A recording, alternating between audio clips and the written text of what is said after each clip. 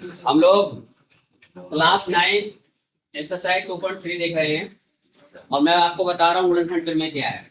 इसे बताना है x की 3x स्क्वायर 5x प्लस 6 का एक गुणनखंड x प्लस 2 है या नहीं, ये बताना है। फैक्टर थ्योरम क्या कहती है? If x minus a is a factor of p x then p a equal to 0। यानी यदि इसमें पता करना हो मुझे कि x प्लस 2 इसका गुणनखंड है, तो क्या करेंगे? जो प्लस का 2 है उसका चिन्ह पलट करके यहाँ रख देंगे, ठीक है? या क्या करेंगे? x प्लस 2 बराबर 0 कर दो, x बराबर क्या हो जाएगा? -2। तो तुम्हें क्या करना है? x का जो मान निकला है, x की जो वैल्यू रखी है निकली है, इसको इसके अंदर पुट करना है और पुट करके यदि ये 0 आ जाएगा तो गुणनखंड हो जाएगा, ठीक है? इसको मान लेंगे px माना लेट px इक्वल टू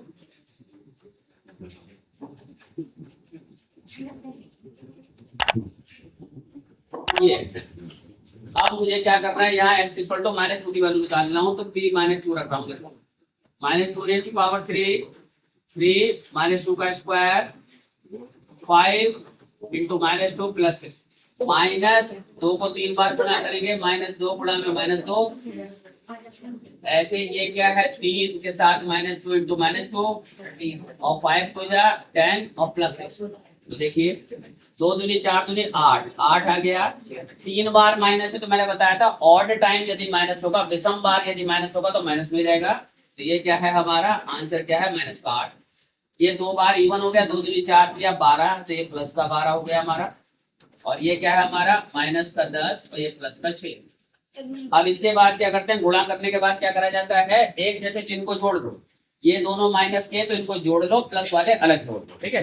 देखिए 12 10 और 8 कितना हुआ? -18। 12 और 6 जोड़ा, ये भी प्लस का 18। दोनों के चिन्ह अलग अलग हैं तो घट जाएंगे। 18 में से 18 का 0। तो यदि 0 आ गया तो फिर क्या हो गया? x प्लस 2 इसका गुणनखंड हो गया। तो यहाँ लिख देंगे इसलिए x प्लस 2 px का गुणनखंड है।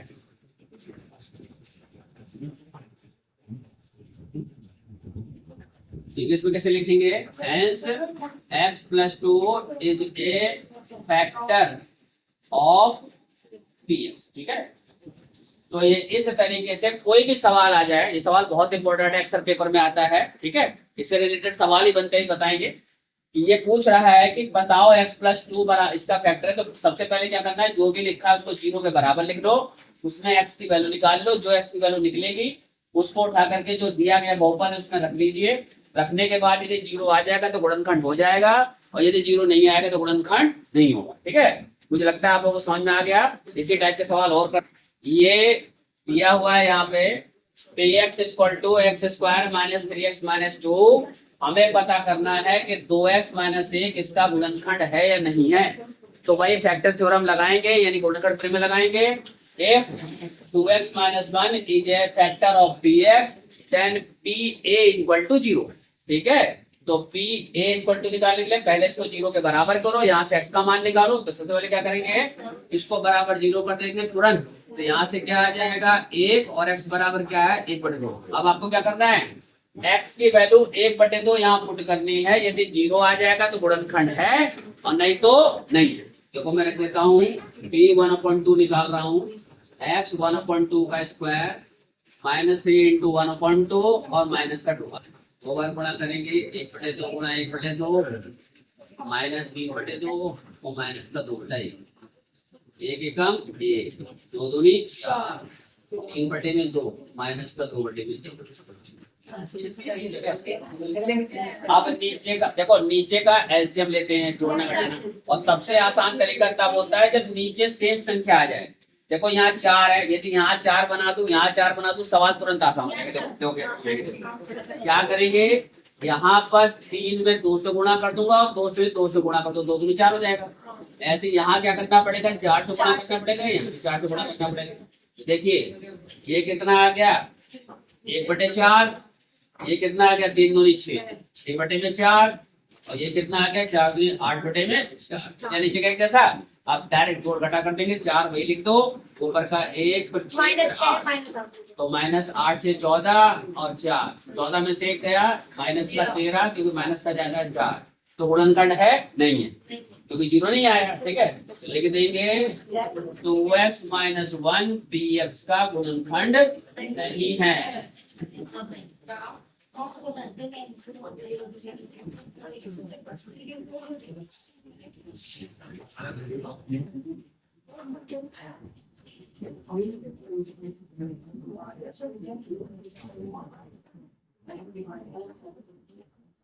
Two x minus 1 is not the factor of px।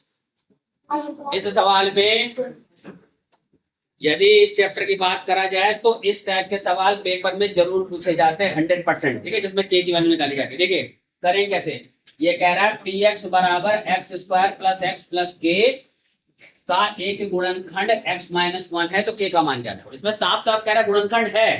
It is saying that x minus 1 is a factor of px, ठीक है। उसने क्लियर कह दिया। पहले पूछ रहा था गुणनखंड है या नहीं ये बताओ, तो है या नहीं बताने के लिए हमने रन करके देखा था जीरो आएगा कि नहीं आएगा। उसमें डाउट था जीरो आएगा तो गुणनखंड है, नहीं तो नहीं है।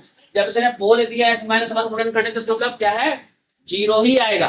समझ के बात को, यानी x माइनस 1 से यदि मैं बराबर जीरो कर दूं यहाँ पे ऐसे बराबर जीरो, तो x बराबर क्या आया, एक आया। तो यदि एक रख दूंगा तो क्या आना चाहिए, इसका मान जीरो आना चाहिए, क्योंकि वो कह रहा है गुणनखंड है।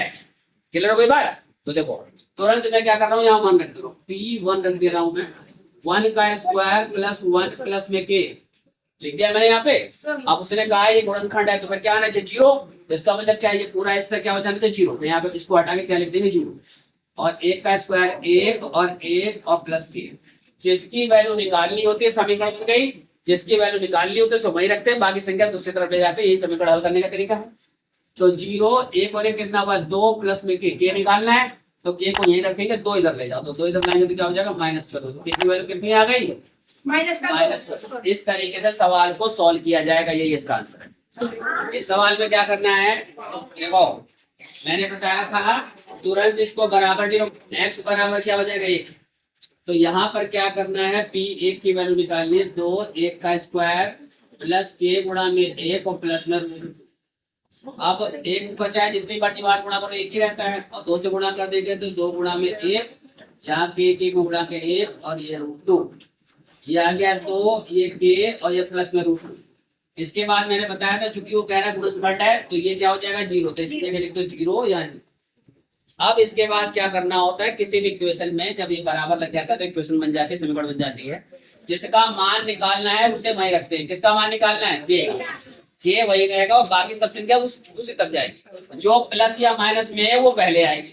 तो देखो के के साथ ये 2 प्लस में, 2 इधर आके माइनस का हो गया, ये भी प्लस में रूट 2, ये भी इधर आके माइनस का हो गया। अब के एडिटी जहाँ का है वही। अब इसका माइनस कॉमन दे देंगे तो 2 प्लस में रूट 2 और ये के, बस यही आंसर है। इस तरीके से सॉल्व करना होगा। और ये इसी सवाल में, हर सवाल में याद रखना पड़ता है, जिसका मान निकालना उसे वही रखो, बाकी संख्या उधर ले जाना पड़ता है।